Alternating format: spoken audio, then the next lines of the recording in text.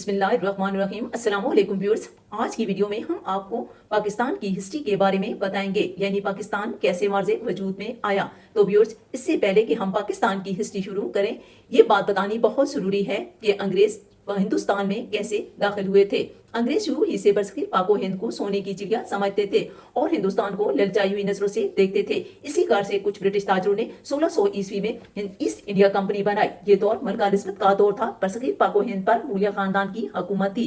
अंग्रेजों ने अपनी चालाकी और मकारी से मुगल हुक्मरानों से हुकूमत हासिल की। अंग्रेजों ने इन मराद का नाजायज फायदा उठाते हुए हिंदुस्तान के कई हिस्सों पर कब्जा कर लिया। मुगलिया हुकूमत के अंदर इतनी सख्त न थी कि अंग्रेजों के खिलाफ कोई कार्रवाई करती। अंग्रेजों ने सबसे पहले सिंध पर हमला किया। मियानी के मकाम पर 1843 में लड़ाई होती है और चार्ल्स नेपियर ये लड़ाई जीत जाते हैं। अंग्रेज कश्मीर पर भी कब्जा कर लेते हैं, लेकिन बाद में राजा गुलाब सिंह को 75,000 के एवज बेच देते हैं। जब अंग्रेजों ने मुल्क के मुख्तलिफ हिस्सों पर कब्जा कर लिया, लेकिन हिंदुस्तान के अंदर से अंग्रेजों के खिलाफ बगावतें होनी शुरू हो गई। 10 मई 1857 को हिंदू मुसलमान अंग्रेजों के खिलाफ उबलता है और जंग शुरू हो जाती है। हर तरफ अंग्रेजों का जुल्म सितम मर्ज़े आम पर था। लोगों को सरेआम फांसी दी जाने लगी। इन सारे हालात को सर सैयद अहमद खान गौर से देख रहे थे। वो आगे बढ़े और मुसलमानों को तालीम की तरफ माइल किया। उन्होंने बहुत से तालीमी इदारों की बुनियाद रखी। अलीगढ़ कॉलेज, जो बाद में अलीगढ़ यूनिवर्सिटी बना दी गई। 1857 में बनारस के मकाम पर उर्दू हिंदी तनाजा हुआ। तमाम सरकारी दफातर में उर्दू की बजाय हिंदी को नाफिज करने की कोशिश की गई। मुल्क में इस वक्त सिर्फ एक ही बड़ी जमात थी, जिसे कांग्रेस कहते हैं।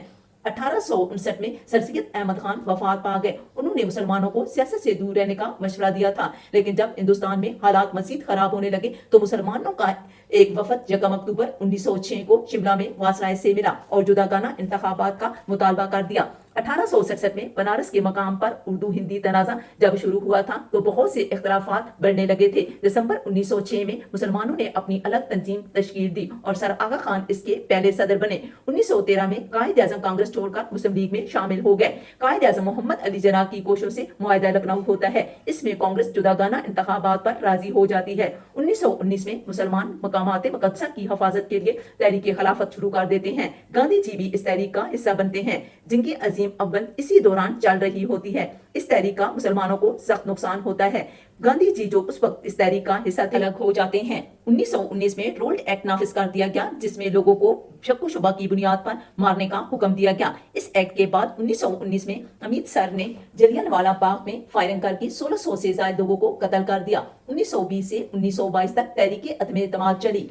1928 में कायद आज़म मोहम्मद अली जिन्ना ने अपने 14 नुकात पेश किए, जिसमें मुसलमानों की अलग नुमाइंदगी और अलग हकूक के तहफ़्फ़ुज़ की बात की गई। 1930 में अल्लामा इकबाल अपने खुतबा इलाहाबाद में मुसलमानों की अलग रियासत को तमाम मसाइल का हल करार देते हैं। अगले साल गोल्ड मेज कॉन्फ्रेंस में अल्लामा इकबाल एक बार फिर अलग रियासत का मुतालबा करते हैं, मगर कांग्रेस तकसीम के फार्मूले पर तैयार नहीं थी। 1933 में चौधरी रहमत अली एक पम्फलेट नो एंड नेवर में इसी इस्लामी रियासत का नाम पाकिस्तान तजवीज़ करते हैं। कांग्रेस के रवैये से मायूस होकर कायद आज़म मोहम्मद अली जिन्ना लंदन चले जाते हैं, लेकिन बाद में 1934 में वापस आ जाते हैं और फिर अपनी सारी जिंदगी मुसलमानों के लिए वक्फ कर देते हैं। 1937 में आम इंतखाबात मुनक्कद होते हैं। इसमें कांग्रेस 1556 नशिस्तों में से 707 जीत जाती है। मुस्लिम लीग सिर्फ 106 नशिस्तें जीत सकती है। कांग्रेस अपनी हुकूमत बना लेती है और मुस्लिम लीग इससे महरूम हो जाती है। 1939 में कांग्रेसी वजारतें खत्म हो जाती हैं तो मुस्लिम लीग यौम निजात मनाती है। 1940 में मुस्लिम लीग का इजलास लाहौर में मुनक्कद होता है, जिसमें मौलवी फजलुल हक करारदाद पाकिस्तान पेश करते हैं, जो मुतफिका तौर पर मंजूर कर दी जाती है। सदारत में कहते हैं कि हिंदू और मुसलमान दो अलग कौमें हैं। यही से कौमी नजरिए की बुनियाद पड़ी, यही से तहरीक पाकिस्तान अरूज पर पहुंची। मुसलमान अलग वतन के लिए तहरीकों का आगाज कर देते हैं, लेकिन हिंदू और सिख इसकी मुखालफत करते हैं। मजहबी फसादात अरूज पर पहुंचते हैं। 1942 में क्रिप्स मिशन पर सगीर आता है। गांधी जी और कायद आज़म दोनों इसकी तजावीज को मुस्तरद कर देते हैं। 1944 में एक कांग्रेसी रहनुमा राजगोपाल आचार्य मुसलमानों की अलग रियासत के मुतालबे को तस्लीम कर लेते हैं। 1945 में वासराय शिमला में रहनुमाओं की कॉन्फ्रेंस बुलाता है। जवाहरलाल नेहरू हिंदुओं की नुमाइंदगी करते हैं, सतारा सिंह सिखों की नुमाइंदगी करते हैं। ये दोनों तकसीम نہیں چاہتے ہیں، لیکن قائد اعظم محمد علی جناح صرف اور صرف پاکستان چاہتے ہیں۔ اس کانفرنس میں مسلم وزراء کی نامزدگی میں کانگریس اور مسلم لیگ میں اختلاف ہو جاتا ہے اور ویول پلان ناکام ہو جاتا ہے۔ اس کے بعد لارڈ ویول عام انتخابات کا اعلان کرتے ہیں۔ دونوں جماعتیں انتخابات میں حصہ لیتی ہیں۔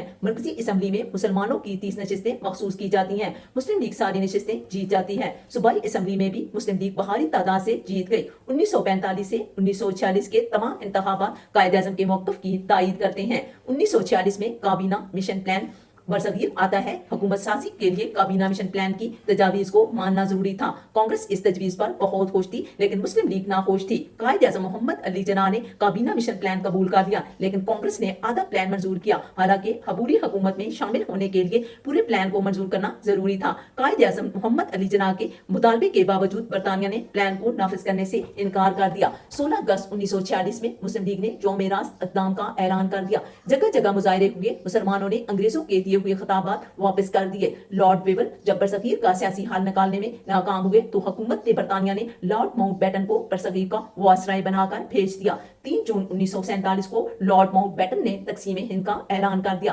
تقسیم کی ذمہ داری ریڈ کلف کو سونپی گئی، لیکن ریڈ کلف نے بہت ہی متنازع تقسیم کی اور دونوں ملکوں میں دشمنی کی بنیاد رکھ دی۔ 14 اگست 1947 کو پاکستان بنا۔ 15 اگست 1947 کو بھارت آزادی کا اعلان ہوتے ہی لوگ اپنے نئے ملک کے لیے بےتاب ہونے لگے۔ ہجرت کے دوران کئی فسادات نے جنم لیا۔ 14 لاکھ کے قریب لوگ ہلاک ہو گئے۔ اس کی وجہ ہندو مسلم دشمنی تھی۔ 14 اگست 1947 میں جب ایک تاریخ نے ایک تاریخ رقم کی، ہندوستان کی آزادی 15 اگست 1947 کو مقرر کی گئی تھی، لیکن پاکستان کی آزادی ایک روز پہلے یعنی 14 اگست 1947 میں مل گئی تھی، کیونکہ لارڈ ماؤنٹ بیٹن کو نئی دہلی میں آدھی رات کو انڈیا کی آزادی کی رسومات میں شامل ہونا تھا۔ ہندوستان میں آگ کے شعلے بھڑک رہے تھے۔ پاکستان آنے والے کافروں کو پکڑ پکڑ کر قتل کیا جا رہا تھا۔ تو ویورز، پاکستان ہمارا محبوب وطن ہے جس نے ہمیں آزادی دی، اور یہ آزادی ہم نے ہزاروں لاکھوں قربانیوں سے حاصل کی۔ اگر آپ کو یہ ویڈیو انگلش میں دیکھنی ہے تو ڈسکرپشن میں موجود لنک پر کلک کریں۔ بہت شکریہ۔